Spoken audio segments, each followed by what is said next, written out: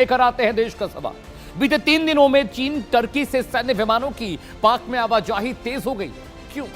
क्या पाक ड्रोन और आधुनिक हथियारों का एक बड़ा स्टॉक तैयार कर रहा है? चीन और टर्की की सैन्य मदद से पाक की एयर वॉर क्षमता कितनी बढ़ जाएगी? क्या यह सिर्फ रक्षा सहयोग है या भारत के खिलाफ एक बड़ी रणनीतिक साजिश? अगले घंटे लगातार ये सब कुछ, लेकिन पहले इस वक्त के हेडलाइंस। खास खबर के सह प्रायोजक हैं एमडीएच देगी मिर्च का तड़का, अंग अंग फड़का। एमडीएच देगी मिर्च। बीजेपी अध्यक्ष नितिन नवीन ने नई टीम के साथ की पहली बैठक। 65 सदस्यीय टीम में 51 नए चेहरे शामिल। चुनावी तैयारी और संगठन मजबूती पर रहेगा जोर।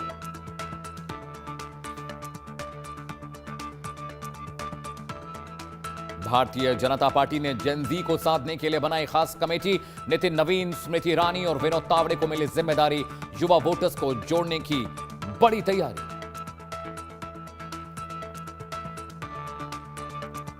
उज्जैन में अवैध निर्माण पर चला बुलडोजर। महाकाल मंदिर के पास बड़ी कार्रवाई।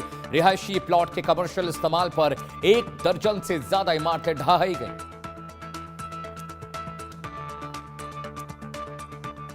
डीआरडीओ, वायुसेना करेंगे स्वदेशी पीजीबी 500 का परीक्षण। सितंबर-अक्टूबर में कैरेज और रिलीज ट्रायल।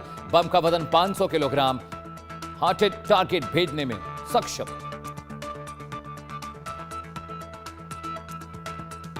सीरिया में अमेरिकी ठिकानों पर ईरान का हमला। अल तनफ में मिसाइल स्ट्राइक का दावा। ईरान बोला अमेरिकी सैन्य ठिकानों को निशाना बनाया है। ईरान ने इसे जवाबी कार्रवाई बताई।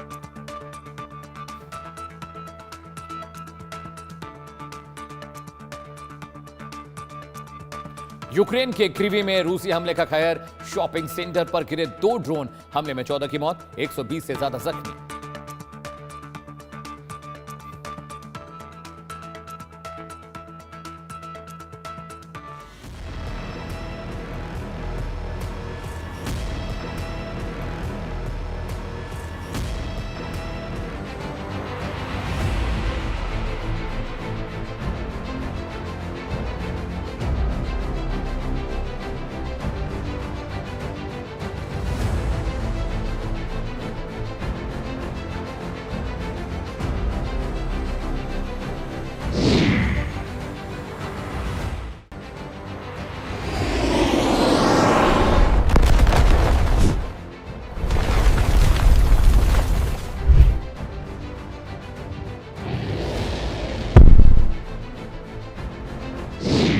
पाकिस्तान का सीक्रेट 60 घंटे वाला प्लान फुस हुआ।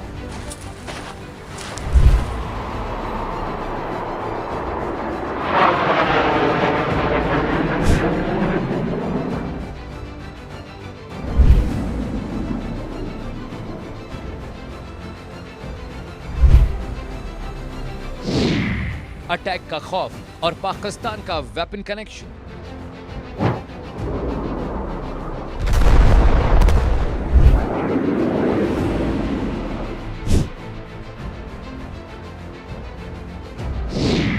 पाकिस्तान का खुफिया एयरलिफ्ट राफेल से फिक्स।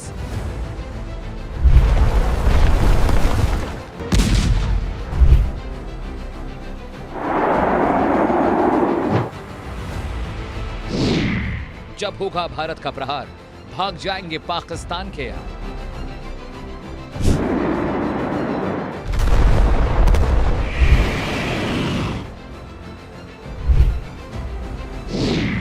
बाहुबली भारत, मुनीर की खराब हालत। दर्शकों, आप देख रहे हैं देश का सवाल और पाकिस्तान फिर हथियारों के सहारे अपनी ताकत दिखाने की पुरजोर कोशिश में है। चीन से सैन्य विमानों की आवाजाही, टर्की से भी सैन्य मदद की हलचल। सवाल सीधा है, आखिर पाकिस्तान के लिए इतनी बेचैनी क्यों? क्या बीजिंग और अंकारा मिलकर इस्लामाबाद का हथियारों का गोदाम भर रहे हैं? क्या पाकिस्तान को ड्रोन, इलेक्ट्रॉनिक वॉरफेयर और दूसरे आधुनिक सैन्य सिस्टम देकर उसकी ताकत बढ़ाई जा रही है? लेकिन पाकिस्तान को एक बात समझ लेनी चाहिए दर्शकों, हथियार खरीद लेने से युद्ध जीतने की गारंटी नहीं मिलती। चीन पाकिस्तान के साथ खड़ा दिख रहा है। तुर्की राजनीतिक और सैन्य समर्थन की बात करता है, लेकिन जब असली युद्ध का सवाल आएगा तो क्या चीन और तुर्की अपने सैनिक पाकिस्तान की तरफ से लड़ने के लिए जंगे मैदान में भेजेंगे? क्या बीजिंग अपने सैनिक भारत के खिलाफ उतारेगा? क्या अंकारा अपने सैनिक पाकिस्तान के लिए युद्ध में झोंक देगा? यही पाकिस्तान की सबसे बड़ी गलतफहमी हो सकती है, क्योंकि हथियार देना अलग बात है, किसी दूसरे देश के लिए अपने सैनिकों को युद्ध में उतारना बिल्कुल अलग बात। अगर भारत और पाकिस्तान के बीच फिर सैन्य टकराव होता है तो फैसला सिर्फ हथियारों की संख्या से नहीं होगा, फैसला होगा टेक्निक, ट्रेनिंग, खुफिया जानकारी, एयर डिफेंस, लॉजिस्टिक्स और सबसे बढ़कर सैन्य क्षमता से। इसलिए पाकिस्तान चाहे चीन से जेट ले, टर्की से ड्रोन ले या दूसरे देशों से हथियार जुटाए, उसे भ्रम नहीं पालना चाहिए कि उसके पीछे खड़े देशों की वजह से भारत का जवाब देने से पीछे हट जाना मुमकिन नहीं, क्योंकि जंग में हथियार सप्लाई करने वाला और युद्ध के मैदान में उतरने वाला दो अलग अलग चीजें हैं। सबसे पहले एक्सपर्ट्स को सुनिए वो क्या कह रहे हैं। पाकिस्तान यदि ड्रोन और हथियारों का एक बहुत बड़ा जखीरा तैयार कर रहा है तो इसके पीछे केवल उसके सहयोगियों के साथ रक्षा सहयोग नहीं हो सकता, अनेक वजह हो सकती है जिसके कारण वह ऐसा कर रहा है। पहली बात तो यह कि पाकिस्तान की तरफ से लड़ाई का आसन खतरा तो हमेशा रहता ही है, जिसके लिए भारत हमेशा से तैयार रहता है। चाइना से, टर्की से, वहां से जहाजों में भर भर के हथियार पाकिस्तान आ रहे हैं। पाकिस्तान छोटे हथियारों को इकट्ठा कर रहा है, खासतौर पर ड्रोन और मॉडर्न हथियारों को बजाय बड़े हथियारों के। उसने जो सबक लिया है ऑपरेशन सिंदूर से और जो उसकी इंटरनल भी प्रॉब्लम्स है, यानी कि बीएलए और टीटीपी के पास भी अमेरिका के अफगानिस्तान में छोड़े हुए कुछ मॉडर्न हथियार हाथ लग गए हैं। आपने एक्सपर्ट्स को सुन लिया, देश का सवाल भी सुनिए जिस पर चर्चा होगी। सवाल नंबर 1 आपकी स्क्रीन पर। बीते 3 दिनों से चीन टर्की के सैन्य विमानों की पाक में आवाजाही क्यों बढ़ गई है? सवाल नंबर 2 जिस पर हम चर्चा करेंगे पैनल के साथ, क्या पाकिस्तान ड्रोन और आधुनिक हथियारों का एक बड़ा स्टॉक तैयार करने में लगा हुआ है?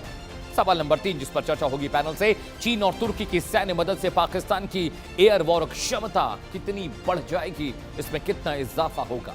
सवाल नंबर 4, क्या यह सिर्फ रक्षा सहयोग है या भारत के खिलाफ एक रणनीतिक तैयारी? सवाल नंबर 5 जिस पर हम चर्चा करेंगे अपने एस्टीम्ड पैनल के साथ, क्या चीन टर्की पाक को हथियार देकर दक्षिण एशिया का समीकरण यानी इक्वेशन बदलना चाहते हैं? दर्शकों, अगले 1 घंटे लगातार डिटेल आपको बताएंगे, लेकिन बड़ी बात यह समझिएगा कि मैं आपको राफेल वाला एक जो नया नैरेटिव पाकिस्तान का था उसका जवाब भी आपको दिखाऊंगा, क्योंकि एक पायलट है जिसने यह बताया कि पाकिस्तान ने कोई राफेल नहीं गिराया था। जी हाँ, क्या चीन और टर्की के मूवमेंट का सच क्या है वो खबर आपको बताने जा रहा हूं, जिस पर हमारी इंटेलिजेंस एजेंसीज भी लगातार ट्रैक कर रही हैं। खबर नंबर 1, खुलासा नंबर 1, 72 घंटे में चीन टर्की के सैन्य विमानों की ताबड़तोड़ आवाजाही बढ़ी है।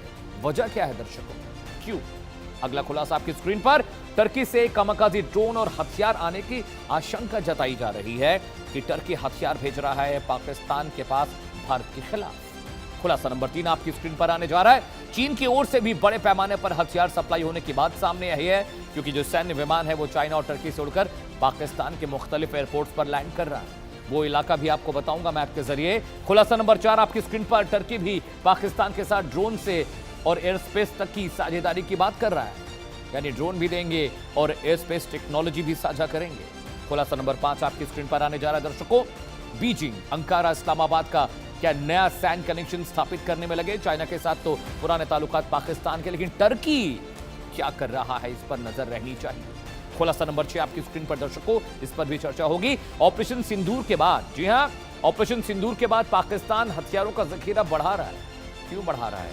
क्या डर लग रहा है? Operation Sindoor phase 2 is coming soon. जी हां, अगले कंटेंट पर आते, तुर्की के खतरनाक हथियारों की मैं बात करने जा रहा हूं। पाकिस्तान को क्या क्या मिला है वो भी बता रहे हैं। वेपन नंबर 1, बायरक्टर ड्रोन टर्की ने पाकिस्तान को भेजा, ऐसी आशंका जताई जा रही है। तमाम वेपन्स के बारे में आपको बताऊंगा, बड़े वेपन्स। जी हां, वेपन नंबर 2, अकिंजी ड्रोन भी टर्की पाकिस्तान को दे सकता है, खतरनाक हथियार है। वेपन नंबर 3 आपकी स्क्रीन पर कि तुर्की से खतरनाक कौन कौन से हथियार पाकिस्तान पहुंच सकते हैं। Weapon number 3, electronic warfare system आपको देख रहे हैं, जिसमें इंटरसेप्टर्स होते हैं, दुनिया भर का तामझाम होता है, वो भी तो टर्की पाकिस्तान को भेज ही रहा है। Weapon number 4, air defence system. जी हां, एयर डिफेंस सिस्टम भी टर्की के जानिब से पाकिस्तान को भेजे जा सकते हैं, इस तरह की आशंका जताई जा रही है दर्शकों। अगला हथियार आपकी स्क्रीन पर आने जा रहा है। वेपन नंबर 5, ये T-129 अटैक हेलीकॉप्टर की तस्वीर मैं आपको दिखा रहा हूं। अपाचे टाइप का देखने में लगता है और काम भी बिल्कुल हुबहू वैसा ही करता है, लेकिन उतना टेक्निकली एडवांस नहीं है जैसा कि अपाचे है। वेपन नंबर 6, युद्धपोत, जी हां, एक युद्धपोत मिलगम कॉर्वेट बन रहा है टर्की में, वो भी पाकिस्तान को मिल सकता है, ऐसी आशंका जताई जा रही है। इंटेलिजेंस इनपुट ये बता रहे हैं, खुफिया जो जानकारी मिली है। वेपन नंबर 7, नौसैनिक मिसाइल और सेंसर्स भी देने की तैयारी टर्की पाकिस्तान को कर रहा है दर्शकों। और ये क्यों हो रहा है, या आगे मैं आपको बताऊंगा और समझाऊंगा पैनल के साथ जब हम डिस्कशन में जाएंगे। वेपन आपको दिखा दिया मैंने, काउंटर ड्रोन सिस्टम, एआई आधारित सैन्य जो तकनीक है वो तमाम चीजें रहेंगी। जी हाँ, आपकी स्क्रीन पर है काउंटर ड्रोन सिस्टम आपको दिख रहा है, ये भी टर्की दे सकता है। एआई आधारित जो सैन्य टेक्निक है वो भी टर्की पाकिस्तान को भेजने की फिराक में है और शायद भेज भी दिया हो दर्शकों।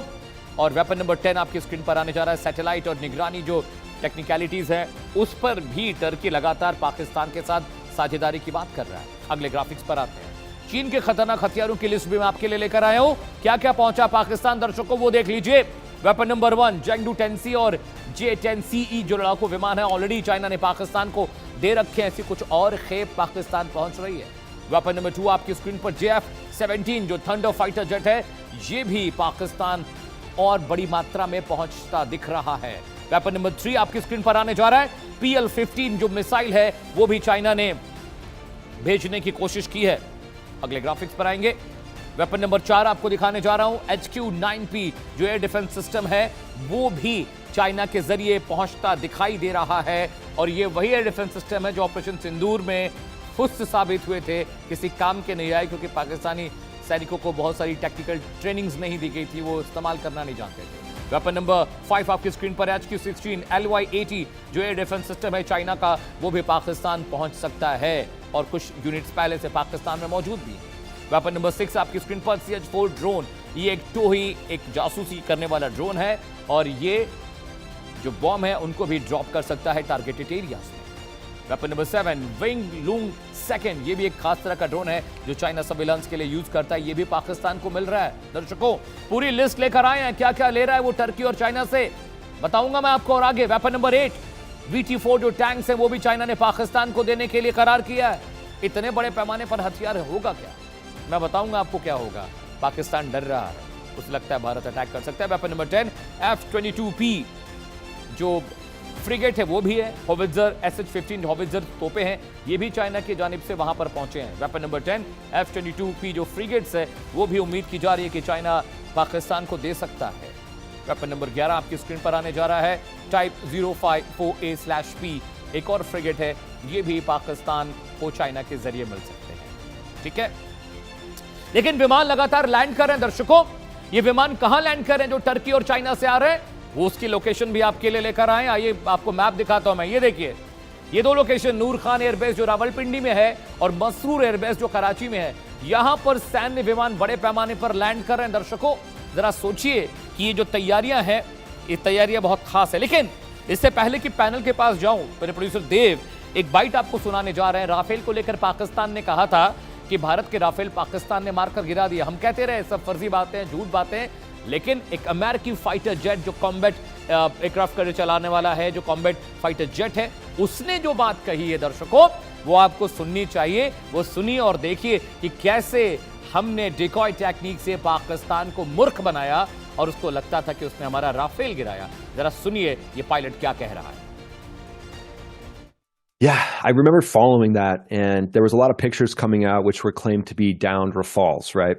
Yeah. And then looking closer, it was actually just the drop tanks, I believe, as we kind of went into the imagery more. And that's a tactic that fighter pilots use. You use that fuel, and then when you're about to get into a potential dogfight or even just a really intense beyond visual range fight, you punch those tanks off. India, I could see what you guys were doing. You were relying a lot on advanced technology.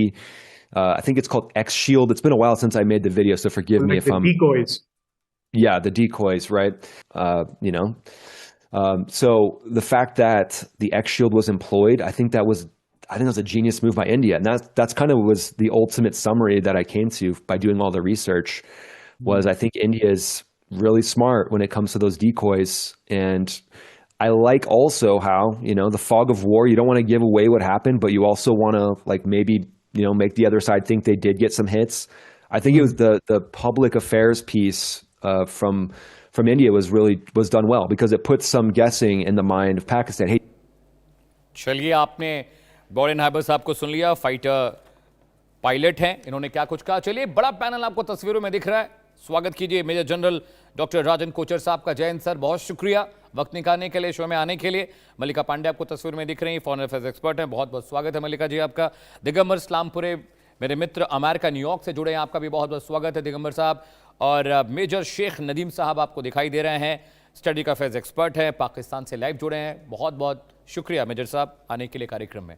सबसे पहले doctor Kochhar, मैं आपके पास आ रहा हूँ। Sir, पिछले 72-80 घंटों में बहुत सारे सैन्य विमान कराची पहुँचे हैं, रावलपिंडी पहुँचे हैं, जो टर्की और चाइना से उड़कर फ्लाई कर कर आ रहे हैं। ये सैन्य विमान हैं, इनकी बनावट और इनके स्ट्रक्चर्स और इनके कोऑर्डिनेट्स और इनकी जो डिटेल्स हैं वो ये बता रही हैं। इतने बड़े पैमाने पर पाकिस्तान हथियार जमा कर रहा है, is everything okay with Pakistan, या उसको डर लग रहा है कि भाई फिर से भारत कोई एडवेंचर कर सकता है पाकिस्तान के साथ, उसकी तैयारी चल रही है क्या sir? What's your view? Jain sir. Amit, देखिए ये डेवलपमेंट जो आप अभी बता रहे हैं ये काफी हद तक करेक्ट है कि बहुत सारे विमान आए हैं टर्की से और चाइना से। इसका बैकग्राउंड आपको देखना पड़ेगा। मई 2025 की जो लड़ाई थी सिंदूर में, पाकिस्तान का सिग्निफिकेंट जो उनका जो एमुनिशन है, मिसाइल्स और रॉकेट्स है, उसका एक्सपेंडिचर हुआ है। और खास तौर पे एयर टू एयर मिसाइल्स का और air defence, precision weapons, UAE की आपने बात करी, और इस लॉइटरिंग एमुनिशन जो आपके ड्रोन्स में इस्तेमाल होते हैं, तो काफ़ी। और अगर आप एक चीज़ देखें, पाकिस्तान आर्मी को जो स्टडी करते हैं डीपली, 80% ऑफ पाकिस्तान आर्मी का जो इक्विपमेंट है वो है चाइनीज ओरिजिन का। एक टाइम पे अमेरिकन ओरिजिन का होता था, आहिस्ता आहिस्ता करके पाकिस्तान ने उसको चाइना की तरफ ले गए हैं। और इसीलिए पहली तो चीज़ है कि आपका जो एक्सपेंडिचर हुआ है इसका एमुनिशन का, आप उसको पूरा करना चाहते हैं। दूसरा है कि जो आपके पास रिजर्व्स रहते हैं, बिकॉज हर एक देश वॉर वेस्टेज रिजर्व्स अपने रखता है और पाकिस्तान भी रखता है। तो वो वॉर वेस्टेजेस रिजर्व्स को आपको पूरा करना पड़ता है, उस लेवल तक लेके जाना पड़ता है कि ये अगर आपने एक लंबी लड़ाई लड़नी है तो आपके पास रिजर्व्स होने चाहिए। और अगर हम ये देखें कि जो पाकिस्तान का जो फोकस एरिया क्या रहा है, जो उसकी मिलिट्री डॉक्ट्रिन, अगर आप उसको स्टडी करें, बिकॉज डॉक्ट्रिन के साथ आपको कंपेयर करना पड़ेगा कि पाकिस्तान एक्विजिशंस क्या करना चाहता है। पाकिस्तान की मिलिट्री डॉक्ट्रिन आपको ये बताती है कि वो अपने यूएवी को, अपने ड्रोन्स को एक्सपेंड करना चाहता है। पाकिस्तान ने बहुत पहले इस पे पहल कर ली थी। पाकिस्तान के पास ब्रिगेड्स हैं, जो ड्रोन्स की ब्रिगेड्स हैं, और जिस तरीके से पाकिस्तान ने एम्प्लॉय किए थे, हजारों में स्वॉर्म ड्रोन्स आए थे हमारे ऊपर, और वो फिर हमने तो न्यूट्रलाइज कर दिया बिकॉज एयर डिफेंस हमने अपना पुख्ता कर रखा था। दूसरा एक चीज आपको यहाँ चीज, टर्की का मैं जिक्र करूं, जो आपने अकिंसी ड्रोन्स की बात करी, आपने बैरक्तर TB2 की बात करी। देखिए ये सिंदूर में इस्तेमाल हुए थे और ये टर्की से आए थे। और पाकिस्तान की कोई भी इंडिजिनस डिफेंस इंडस्ट्री नहीं है। आपको इसको भी आपको जहन में आपको लेना पड़ेगा कि अपनी खुद की मैन्युफैक्चरिंग। अब आप भारत में देख लीजिए कि हमारी जो इंडिजनाइजेशन है, जिस तरीके से ब्रह्मोस, आकाश और ड्रोन्स हमारे सब इस भारत में मैन्युफैक्चर होते हैं, पाकिस्तान के पास ये लग्जरी नहीं है। और पाकिस्तान की अंदर की जो डिफेंस इंडस्ट्री है वो बहुत एक रीसेंट स्टेज पर है, वो एक एडवांस स्टेज पर नहीं है। इसीलिए पाकिस्तान ने टर्की के साथ अभी जॉइंट वेंचर्स कर रहा है, जैसे कि आपने सबमरीन्स की बात करी, आपने शिप बिल्डिंग की बात करी। अब ये पाकिस्तान में कराची के पास एक जो जगह लोगों ने ले रखी है, इसको जहाँ पे ये मैन्युफैक्चर होंगे। आपने JF-17 की बात करी, जो चाइना से आते हैं, जॉइंट वेंचर है पाकिस्तान और चाइना का। ये पाकिस्तान में मैन्युफैक्चर कुछ साल से हो रहे हैं। और आपने PL-15 मिसाइल की भी बात करी। अब ये PL-15 मिसाइल एक मेन स्टे होगी पाकिस्तान की, अगर इसका अटैक करना है। इनकी एयर टू एयर मिसाइल है ये। तो जब हम इन चीज़ों को देखें तो मुझे कोई इतना आश्चर्य नहीं है, बिकॉज जो देश खुद अपने देश के अंदर मैन्युफैक्चर नहीं करते इक्विपमेंट, तो उसके पास तो हवाई जहाज आएंगे ही बाहर से। और आपके नूर खान का आपने एग्जाम्पल किया, वो उनका एक ट्रांसपोर्ट एक हब है, एक वीवीआईपी फ्लीट्स भी उनकी वहां पे आती है, इस्लामाबाद के भी बहुत पास है, रावलपिंडी के भी बहुत पास है, तो वो एक इनका सेंट्रल पॉइंट रहता है। और यूसी अनफॉर्चुनेटली हमने उसको भी हिट कर दिया था इस सिंदूर में, तो वो काफी उसमें पैनिक हो गया था पाकिस्तान में। तो इसको मैं अगर देखूं ये चीज को, और ऊपर से देखिए एक जॉइंट डिफेंस पैक्ट भी इन लोगों ने, मक्का जॉइंट डिफेंस एग्रीमेंट जो 7 अगस्त को साइन हुई है, जिसमें टर्की, सऊदी अरेबिया और इसमें पाकिस्तान शामिल है। तो एक पाकिस्तान को वो भी एक ऑब्लिगेशन है कि अगर उसने सऊदी अरेबिया के साथ एक पैक्ट किया है, तो ये भी हो सकता है कि पाकिस्तान के through, because China directly Saudi Arabia को अपना मिलिट्री इक्विपमेंट ये एक्सपोर्ट नहीं करेगा फॉर रीजंस। तो एक पाकिस्तान एक एक्चुअली जरिया बन जाता है। इस चीज को भी आपको ध्यान में रखना पड़ेगा कि अगर ये पैक्ट हुआ है और अगर पाकिस्तान को सऊदी अरेबिया को चीजें चाइना के थ्रू सप्लाई करनी पड़ रही हैं, तो वो भी एक बहुत इंपॉर्टेंट आपको नजरिया अपने माइंड में उसको रखना पड़ेगा कि ये जो एयरक्राफ्ट आ रहे हैं और जिस टाइप की इक्विपमेंट लेके आ रही है, ये एक पॉसिबिलिटी ये भी हो सकती है, अपार्ट फ्रॉम पाकिस्तान के अपने रिजर्व्स को पूरा करना और अपनी इक्विपमेंट को पूरा करना, सऊदी अरेबिया में भी सप्लाई करना, बिकॉज ये चाइना का एक लॉन्ग टर्म गोल रहता है। बिकॉज चाइना की जो जितनी भी इक्विपमेंट होती है वो वॉर टेस्टेड नहीं होती है, पाकिस्तान को देता है और पाकिस्तान उसको टेस्ट करता है और फिर अपने बड़े बड़े क्लेम्स करता है कि उसने ये जो फलाना हवाई जहाज गिरा दिया, ये कर दिया, और उससे इसकी सेलेबिलिटी इक्विपमेंट में वर्ल्ड मार्केट में बढ़ती है। और इसीलिए सऊदी अरेबिया के साथ ये जो पैक्ट हुआ है, तो ये जो सारा कुल मिला के इसको मुझे लगता है, क्योंकि जब तक अमित जी हमारे पास डेफिनेट फोटोग्राफिक या फॉरेंसिक एविडेंस नहीं आएगी कि इस हवाई जहाज से क्या उतरा, अभी तो हम एक स्पेकुलेशन में है कि भाई ये पॉसिबिलिटी है कि ये इक्विपमेंट आ सकता है, और इसमें हम एक लॉजिकली हम इसको एनालाइज करने की कोशिश करें, बिकॉज हमारे पास इंफॉर्मेशन जो भी होती है वो ओपन सोर्सेज की होती है। तो इसको इंटेलिजेंस सोर्सेज ने भी कोई इंफॉर्मेशन इसमें हासिल की होगी, वो पॉसिबली शायद हमारे पास आज की डेट में अवेलेबल। डन सर, आप please stay with me sir. Major Sheikh Nadeem मेरे साथ हैं। आप तो फॉर्मर एक्स आर्मी पर्सनल है मेजर साहब, आपको तो जितनी मालूमात होगी डिफेंस अपनी स्ट्रैटेजीज़ की, आपसे बेहतर कौन ही बताएगा पाकिस्तान में हमें। ये इसमें कोई गलत बात नहीं है कि आप अपने मित्र देशों के साथ हथियार खरीदें, उनके वॉर इक्विपमेंट्स, उनके डिफेंस इक्विपमेंट्स आप खरीदें। भारत भी करता है, दुनिया के मुख्तलिफ देश इस तरह की प्रैक्टिस करते हैं मेजर साहब। लेकिन अचानक जब कोई चीज़ अचानक होने लगे, कोई चीज़ बहुत नेचुरल फिनोमेना उसका ना हो, तो आदमी को शक होता है, फिर आदमी की निगाहें जाती हैं, फिर इंसान उसको ट्रैक करता है। चाइना के साथ आपके ताल्लुकात बहुत पुराने हैं, आप डिफेंस डील आपका पैक्ट है, आप उनसे हथियार खरीदते हैं, लेकिन बहुत ज़्यादा फ्रीक्वेंट हो गया मेजर साहब। क्या पाकिस्तान, अब मैं ये नहीं कहूँगा कि आप हथियार जमा कर रहे हैं तो इसमें कोई गलत बात है, क्या इस बात का डर पाकिस्तान को सता रहा है क्या कि भारत कोई एक्शन कर सकता है? ये वजह है कि इतना आनन फानन में इतने सारे विमान वहाँ पर जा रहे हैं, हथियार जमा किए जा रहे हैं मेजर साहब? देखिए, भारत को तो पाकिस्तान बहुत पीछे छोड़ चुका है। We are not at all worried from this side, from the eastern side. ठीक है, हम तो अब इंटरनेशनल स्टेज के ऊपर, ग्लोबल स्टेज के ऊपर वी आर परफॉर्मिंग और मुस्लिम नेटो ब्लॉक बनाने जा रहे हैं, दुनिया की सेकंड सुपर पावर बनने जा रहे हैं। इंडिया को तो हम बहुत पीछे छोड़ चुके हैं। फॉरगेट अबाउट इंडिया यार, मतलब आगे चले। अच्छा वीकेंड है सर, तो इस जोक के साथ I can spend my whole Sunday. अच्छा लगा सर, मेरा संडे कल सर मेरा वीकली ऑफ है, आज वीकेंड है सर, मैं इस जोक के साथ पूरा संडे मेरा बहुत हैप्पी बीतने वाला है। Great joke sir. हाँ यार देखिए, आप क्या बात कर रहे हैं, म्यूचुअल डिफेंस के लिए दुनिया लाइन लगा के खड़ी है। एक हूँ मुस्लिम हरम की पासबानी के लिए, नील के साहिल से लेकर ताबखा के काशगर, नील का साहिल भी रेडी खड़ा हुआ है। अभी तो कुछ बस निटी-गिटीज है, इसलिए थोड़ा सा रुके हुए हैं, खामोश हैं, अदरवाइज तो लाइन लग जाएगा। तो हम भी कहते हैं यार खामोशी से करो, हल्के हल्के करो, या सारी दुनिया को बताओ मत। तो पाकिस्तान इस वक्त मिलिट्री लिहाज से एक बहुत जाइंट बन चुके हैं हम।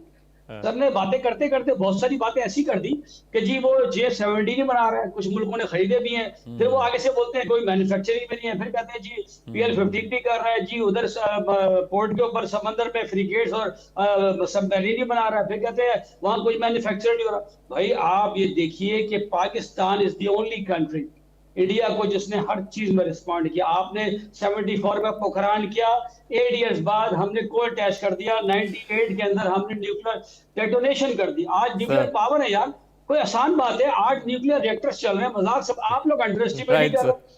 फिर आपका तेजास 3 गिर गए, ठीक है, वो इंजन ही थ्रस्ट नहीं बना पा रहा है, वो बेचारे 3 पायलट उसके अंदर जो है ना वो मर गए। पाकिस्तान जो है बेच रहा है, 3 मुल्कों में उड़ रहे हैं इस वक्त आपके J-17 थंडर, और सर ने खुद कहा कि पाकिस्तान मैन्युफैक्चर कर रहा है। अब फिर भूल जाइए कि कुछ नहीं बना रहा। तो पाकिस्तान के पास जो है बहुत जरूरत है इस वक्त असले की भी। फिर ज्वाइंट कोऑपरेशन जब होता है तो सबका जो वेपन होता है, इक्विपमेंट होता है, वो शेयर्ड होता है। जो भी एज है जिसके पास वो शेयर किया जाता है। तुर्की इस वक्त ड्रोन टेक्नोलॉजी में दुनिया में काफी ऊपर है। तो डेफिनेटली ड्रोन, काउंटर ड्रोन कह लें आप और ड्रोन कह लें, इन सब में हमें तो वो हमारे पास डेफिनेटली वो प्रोवाइड करेंगे। हम उनको ऐसी चीजों के जैसे बैलिस्टिक्स है, क्रूज है, ठीक है, इन चीजों में है, फ्रिगेट्स वो हमें बना के दे रहे हैं, ठीक है। चाइना के साथ सबमरीन का हमारा चल रहा है, हंगूर क्लास हम बना रहे हैं। तो अल्हम्दुलिल्लाह पाकिस्तान इस वक्त इंडिजिनस कैपेबिलिटीज में, खास तौर पर डिफेंस, मैं अदर डिपार्टमेंट्स की बात नहीं करता, पाकिस्तान में हमें काफी प्रॉब्लम्स हैं कि बाकी शायद हमारे इदारे नहीं कर सके। नहीं सर, जिस तरह से डिफेंस में आगे निकल गए, मुझे आई एम वेरी श्योर आप बाकी डिपार्टमेंट में बहुत आगे निकल गए होंगे। मैं आई कैन अश्योर इट। और सर आई लव इट जब सर आप your ex army personnel, sir आपने इतना साल सर्व किया पाकिस्तान आर्मी में, और जब आप इतनी पॉजिटिव बातें करते हैं तो मुझे लगता है कि पाकिस्तान ने कुछ किया हो ना किया हो, लेकिन आप जैसे लोग बनाए हैं जो इतने पॉजिटिव हैं और इतने हैप्पीली कहानियां सुनाते हैं कि सब कुछ बहुत सच सा लगता है। सर हमारे यहाँ हिंदी में एक कहावत है, घर में नहीं दाने और अम्मा चली भुनाने।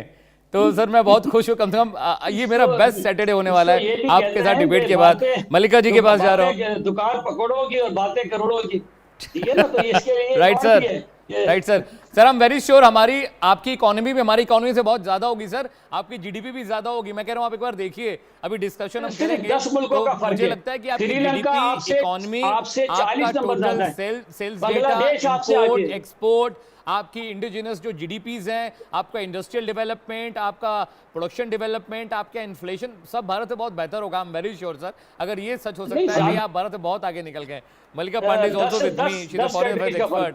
सर अमित जी, आपने हम बचपन में एक सीरियल देखा करते थे, मुंगेरी लाल के हसीन सपने, आपने वो देखा है? एंड आई लव पाकिस्तान के जितने भी, and I really respect major Nadeem a lot. तो ये मुंगेरी लाल के जो हसीन सपने हैं मुझे बड़े अच्छे लगते हैं कि सर कितनी पॉजिटिवली चीजों को प्रस्तुत करते हैं। बट सर ये कहना भूल जाते हैं कि अमित जी, पाकिस्तान एक लैब रैट है, एक लैब रैट की तरह ट्रीट किया जाता है, पूरा विश्व उसको लैब रैट ट्रीट करता है। अब अमेरिका ने कहीं ना कहीं JNK को रिकॉग्नाइज कर दिया, तो पाकिस्तान रैटल हो रहा है। पाकिस्तान को नींद नहीं आ रही कि फेवरेट डोनाल्ड ट्रंप ने इनके कैसे उसके स्पेशल ऑनवॉय ने बोल दिया कि भाई JNK है। उसके बाद इन बेचारों ने एड्रेस भी किया, फॉरेन ऑफिस से भी बुलाया, तो इनको नींद नहीं आ रही है। तो इसके रिटेलिएशन में वो क्या करें? इसके रिटेलिएशन में, जैसे कि मैंने बोला, वो लैब रैट है। देखिए पाकिस्तान इंडिजिनस क्या बना रहा है आज के टाइम में, पाकिस्तान का खुद कुछ नहीं है। 80% वो चाइना से खरीदता है, उसके बाद वो टर्की के ड्रोन्स खरीदता है। भाई आप टेक्नोलॉजी किसी से खरीद रहे हो, प्लेटफॉर्म किसी से खरीद रहे हो, आपकी इंडिजिनियस मेकिंग मैन्युफैक्चरिंग कहाँ है अमित जी? तो हमें तो इनको लगता है कि इनके लिए बेंचमार्क ही इंडिया है। अगर बेंचमार्क इंडिया है तो भाई इंडिया की तरह मैन्युफैक्चर करना सीखो ना, आत्मनिर्भर बनना सीखो।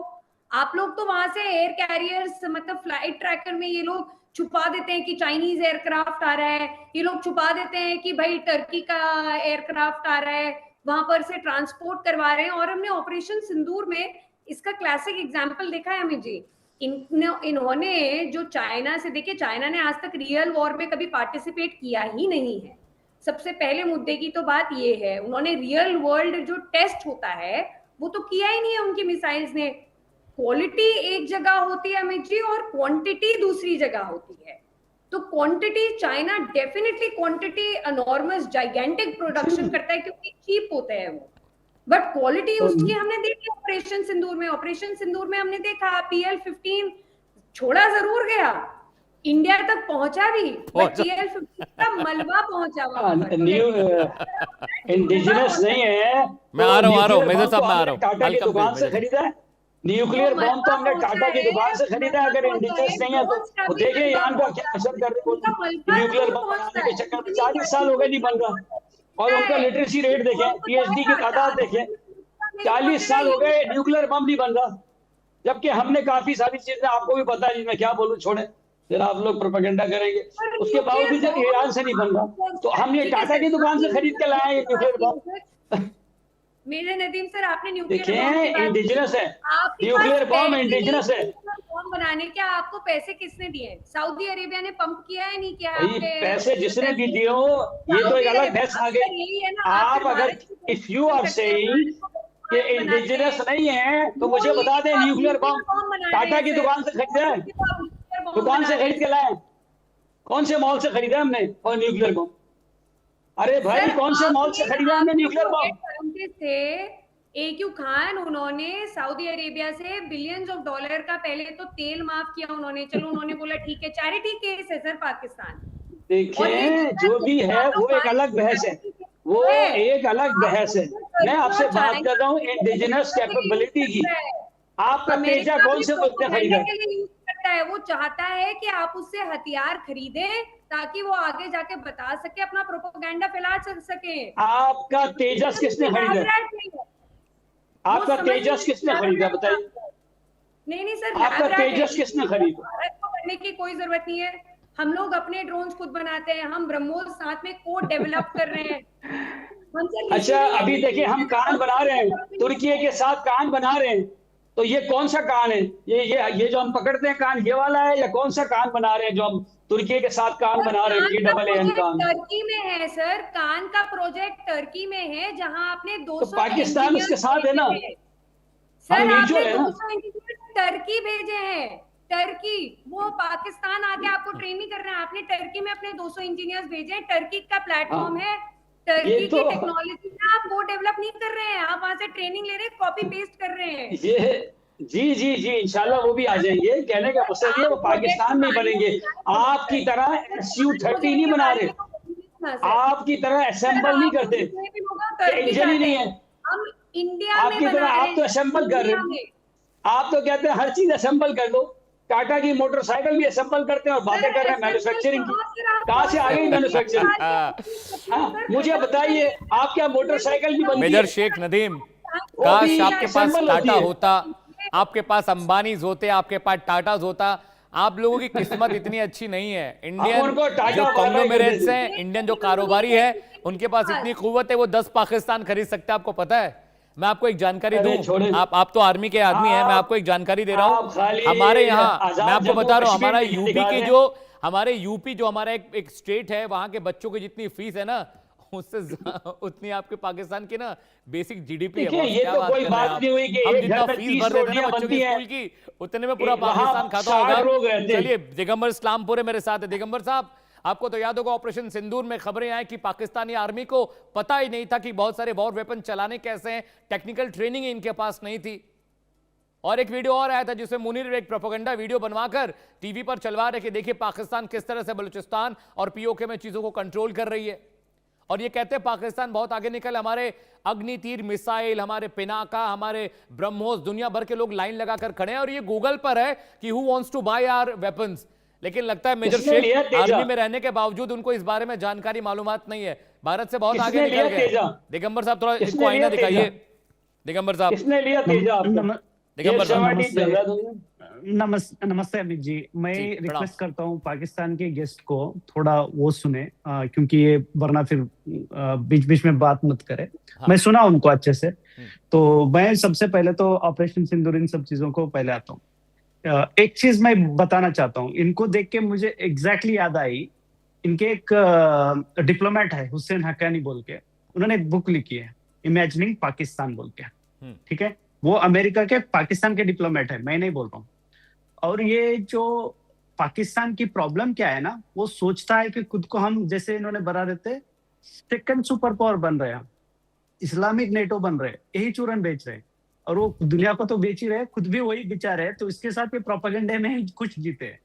और इसकी रीजन है, उन्होंने एक बोला है कि पाकिस्तान अमेरिका का सबसे करीब अलाय था, जब सोवियत को अफगानिस्तान में ये करने में, फिर अफगानिस्तान के लड़ाई में ये करने में, इस सब चीजों में उसी वक्त के जो अमेरिका के सबसे करीब अलाइज थे, जैसे साउथ कोरिया देख लीजिए और बाकी कंट्रीज देख, जापान देख लीजिए, वो किस हद तक डेवलप हो गए। पाकिस्तान एकमात्र है वो अपने टेररिज्म को, अपने इन सब चीजों को लेके हमेशा हमेशा अपने आप को पीछे धकेलने में सक्सेसफुल, लेकिन आगे नहीं गए। और अमेरिका और जैसे पाकिस्तान ने एक और चीज बना ली है, जब भी आप कुछ भी क्रिटिसाइज करते हैं ना, उसको प्रोपेगेंडा से ये करो। जब आप डेवलप नहीं बने, अमेरिका के इतने साथ रह के, अभी चाइना को इतने साथ रह के भी कुछ नहीं हो पा रहा आपको, एंड 1971 में आपको इस पाकिस्तान को खोना पड़ा। जब ऐसे क्रिटिकल बातें करते हैं ना, प्रोपेगेंडा फैलाते हैं, हम दुनिया के सुपर पावर बन रही है, तो तब से बन रहे थे ये तो super power, second super power. आप अमित जी याद रखिए, नदीम साहब की बात है, वो बोल रहे थे सेकंड सुपर पावर, मतलब चाइना को भी इन्होंने पीछे छोड़ दिया। तो इस लेवल के प्रोपेगेंडा में ये क्या होता है कि पाकिस्तान को एग्जिस्टेंशियल क्राइसिस है। जब नेशन बनता है, उसका कुछ क्लैरिटी नहीं होता, आपको भारत के खिलाफ ही बनता है, तो उनकी एक प्रॉब्लम है अपब्रिंगिंग में कि भाई आप कुछ भी क्रिटिसाइज करो, जेन्युइनली फैक्ट बतावे मत। आपको जर्नलिस्ट को यहाँ तक बताया जाता है वहां पे पाकिस्तान में कि आपको क्लासिफाई किया जाता है इधर प्रो पाकिस्तान और एंटी पाकिस्तान। प्रो पाकिस्तान को ही आपको एक्सेस मिलेगा, नहीं तो आपको मार तोड़ के देश से भागा जाएगा। न्यूयॉर्क टाइम्स के जर्नलिस्ट बताते हैं कि भाई पाकिस्तान में रह के आपको कवरेज करना है तो पाकिस्तान को गुनगान ही करना है, क्योंकि ये प्रोपेगेंडा अगर जब बस्ट होता है ना, जैसे रियलिटी चेक आती है ना, तो आप एंटी पाकिस्तान है, आप इजराइल, अमेरिका और इंडिया, हिंदू, जू सब मिलके पाकिस्तान को खत्म करना चाहते हैं, यही प्रोपेगेंडा है। दूसरा प्रोपेगेंडा है हम दुनिया के सुपर पावर है, या अगर वो बस्ट हो गया तो ये दो ही एक्सट्रीम में जीते हैं, ये है। अब जहां तक ऑपरेशन सिंदूर ये बात है, पाकिस्तान एक चीज अच्छा से करता है, आप सब भी जाता है कि DGIS जिनकी उनकी है, वो लड़ाई हमेशा जीते ना जीते, लेकिन पेपर में, अखबारों में, प्रोपेगेंडा में हमेशा जीतते रहते हैं। वो 1971 वार भी जीते, आपको पता है नहीं है तो अलग जाता है।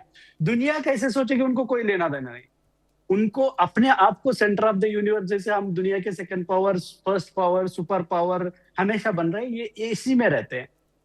और एकमात्र ऐसा है, अगर अभी जो अपने पाकिस्तान के गेस्ट बता रहे थे, हम क्या बोलते हैं, ईरान को ये नहीं कर पा रहे, इसको ये नहीं कर पा रहे, ईरान अभी तक नहीं बनाया, तो एक बात भी उनको याद रखना होगा, ईरान आपकी तरह किसी कंट्री को भीख नहीं मांगता है, वो अपने अपने सेल्फ रेस्पेक्ट पे रहता है। और पाकिस्तान एकमात्र न्यूक्लियर पावर है, हर जगह जाके भीख मांगते हैं। ये मैं नहीं बोल रहा हूँ, उनको खुद को प्राइम मिनिस्टर बोले कि जब भी हम जाते तो दूसरे मुल्क हमको बहुत ही बुरी नजर से देखते हैं।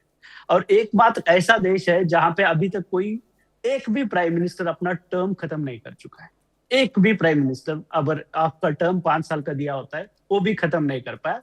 तो इससे क्या फर्क पड़ता है? इंग्लैंड में तो 1 साल में जो आप किंग ऑफ जमहूरियत कहते हैं, 1 साल में 10 चेंज हो गए। ऐसे तो इंग्लैंड में 10 चेंज हो गए। भाई साहब कैसी बातें कर रहे हैं आप? दूसरी बात, आप कह रहे हैं कि ईरान नहीं बना सका पाकिस्तान। भाई पाकिस्तान ने तो आप बकौल आपके भिखारी होके बना के दिखा दिया आपको। भाई बाकी वेपन छोड़ो, खाली अकेला न्यूक्लियर बम काफी नहीं है बैलिस्टिक्स के साथ। आपने आपकी ज्योग्राफिकल, आप पहले जाके छुपते थे वेस्ट बंगाल में, अब आप बताइए छुप सकते हैं? यहाँ से मारेंगे ठपाक करके मारेंगे, सीधा जाके 7 सिस्टर्स में गिरेगा ना, वेस्ट बंगाल को भी लपेट देगा साला। तो आप क्या बातें कर रहे हो यार?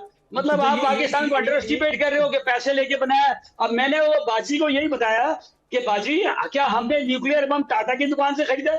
हमने वो न्यूक्लियर बम खुद बनाया है। और उस बस स्टॉप का नाम था काहुटा लेबोरेटरी के बस स्टॉप पे सुजुकी वाला आवाजें लगाता था, बम अड्डा, बम अड्डा, बम अड्डा। अब कोई अमेरिका हमला नहीं कर सका, कोई इजराइल की जरूरत नहीं हुई, कोई इंडिया की जरूरत नहीं हुई, साले बना लिया। सारी दुनिया को पता था यहाँ बन रहा है बम, एक जगह थी। अब तो पूरे मुल्क में जितने पहाड़ हैं सब में 18 लगाए हुए, पाक से निकलेंगे 18। ठीक है 18 निकलेंगे, बट इतने सुपर पावर होने के बाद भी सर आपको एक बात 18 याद निकलेंगे पर पहुंचेंगे नहीं, पहुंचेंगे ये गारंटी है एक मिनट तो आप जब आप तक पहुंचेंगे तो फिर बताइए। नहीं पाकिस्तान देखिए, किराया जब आप तक पहुंचे फिर किराया दीजिएगा, जब ये मंजिल पे पहुंचे तो किराया दीजिएगा, वरना नहीं दीजिएगा। अब 5 रुपए ऊपर से लेंगे हम मीटर से 5 रुपए ऊपर।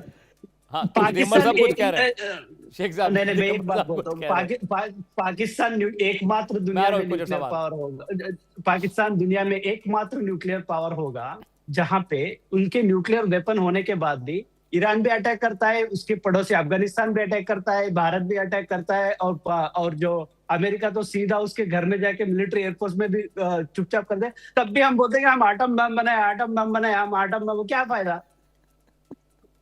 देखिए, ये तो आपको फायदा नुकसान तो आपको पता चलेगा जब ये हवा में जाएगा।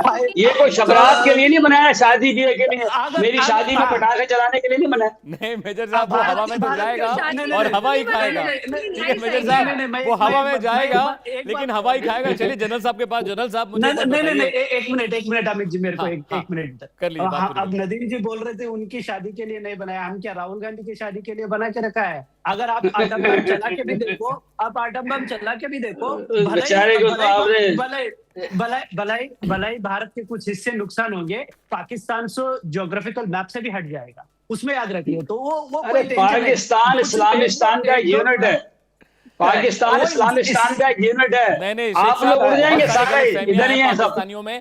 ये भी बहुत जरूरी है। आई लाइक इट शेख साहब, I really like this positivity. और मुझे बहुत खुशी होती है मलिका जी जब इस तरह की बातें, कम से कम मेजर साहब से ही उम्मीद नहीं थी मुझे इन बातों की, लेकिन अगर वो वैसे ही बात कर जैसे रत्ता साहब बात करते हैं, जैसे बाकी लोग बात करते हैं वहां से, तो आई जस्ट लव इट। ठीक है सर, दिगंबर साहब जो कह रहे हैं ना कि वहां पे एक नैरेटिव बताया जाता है कि या तो सरकार के साथ है या तो पाकिस्तान से बाहर है।